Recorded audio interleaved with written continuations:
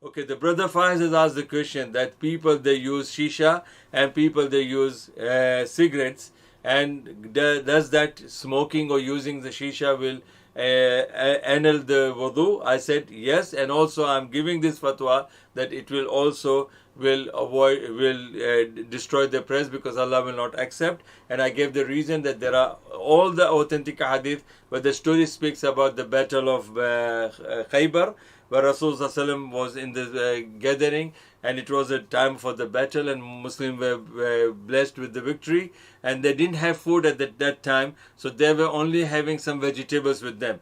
Part of that vegetable they had onions to eat, and that was the only thing, and they didn't even have the facilities to cook them. So one of the group, they started eating onions, and they came without washing their mouth. They came to the masjid, and Rasulullah turned them away, and he strictly warned them that do not come to the masjid with this bad smell that is coming out of your mouth due to onion.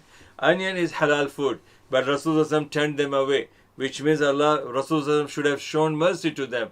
Okay, first time maybe they didn't know, but he said, no, don't come to the masjid. Don't come even close to the masjid. So, and that's onion is a halal food. Cigarette and tobacco and shisha, these are not halal food. So if you are making wudu and you are thinking shisha and tobacco will, is permissible while your wudu will not affect it, I'll say your salah will not be accepted.